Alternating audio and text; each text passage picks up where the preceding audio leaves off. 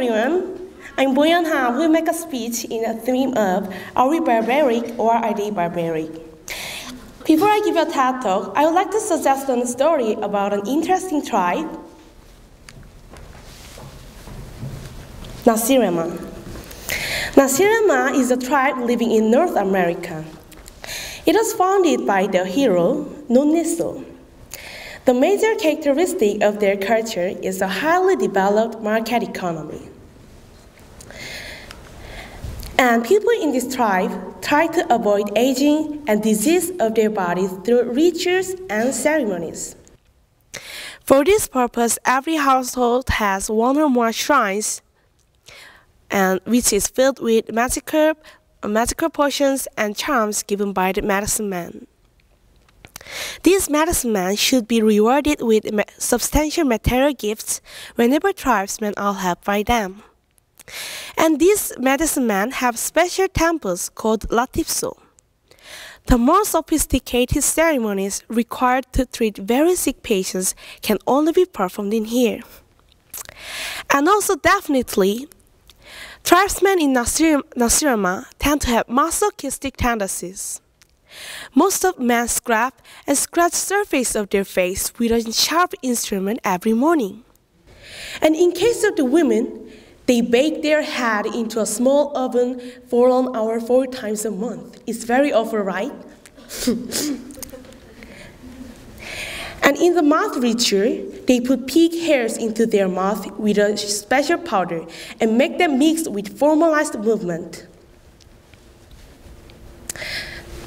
Ladies and gentlemen, did you find the hidden meaning? Actually, these findings written by Horace Minor, which seemed like to describe the distant world's aboriginal tribes, is about the country that we know well. Nasirema is the word that were arranged backward of American. And the tribe's hero Nonneso indicates Washington. And the special shrines of medicine men called latifso means hospital. Yes, this story is about the life of Americans in 1950s. So the men who scraped the surface of their skin indicate men who shave. And women who put their head into an oven indicate women who get a perm. And their behavior to pick hairs into their mouth indicate toothbrushing acts of Americans. We always regard that society we are living is a civilized society which is rational and has reasonable reason to every behavior. However, what did you think when you heard this story? Didn't you think that these people who are now regarded as the most civilized society's citizens are just people who stick to magical rituals? From perspectives of the society's culture, which we regard as barbaric, culture of our society may also bring extreme fear to them. Just as we regard them as barbaric, we look barbaric to them. This quote from Levi-Strauss' Tristes Tropicos is good to explain this story. Anthropologists analyze that this story shows virtually there is no universal culture that can be applied to every culture, and we should have the attitude to acknowledge relativity of cultures. We can glimpse the concept of cultural relativism here, that we should understand each culture by considering its environmental, historical, and social contexts. I have known this concept literally, but not until I heard my friend's story did I realize this in a real sense. A friend of mine has married a Thai. She told me her experience when her husband's brothers visited her house to meet her parents. She said right after her husband's brothers entered her house, they suddenly started to lie on their face on her living room floor. When I first heard this, I was totally shocked. I couldn't imagine how they can lie in front of seniors that they have met first. I thought they are very weird and strange, and I conveyed my thought to her. And she smiled and explained they had enough reasons to act like that. Thai have culture that people who consider themselves in an inferior position may even bow until their head is actually lower than the people who they respect to, even if they are seated. Because her parents were seated, they had no choice but to lie on the floor.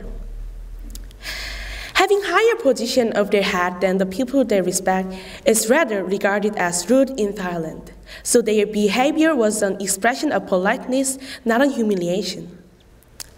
I finally realized what I have overlooked.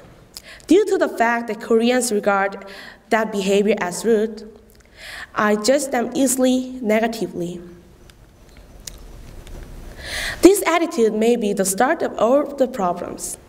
Losing insights to grasp other cultures' contexts and focusing on ethnocentralism make people divide cultures into the inferior one and the superior one, into the civilized one and into the barbaric one.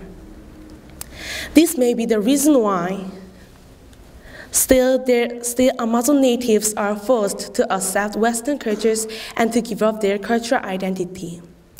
This may be the reason why still there's a gunfire at Muslims' mosque in Canada in 2017. And this is the reason why still Westerners are discriminated by Thailand government.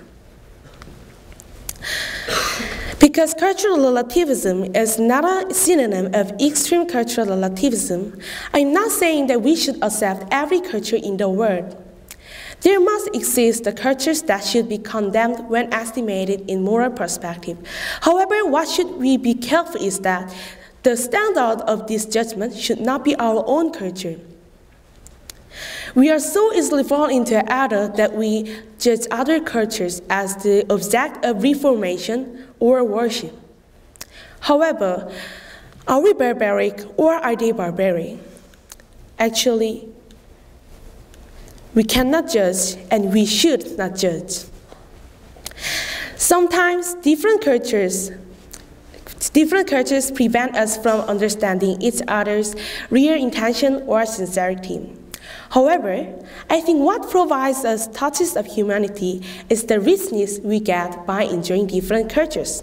And this comes from the pleasure by understanding a variety of values from different languages, religions, and customs. I don't want to miss all of this, but by this insight, we may be able to learn attitude to treat us as equals with respect. And this would be the solution to cultural conflicts now. Before I finish the talk, I would like to suggest a quote from Winston Churchill. I like pigs. Dogs look up to us. Cats look down on us. Pigs treat us as equals. Thank you for listening.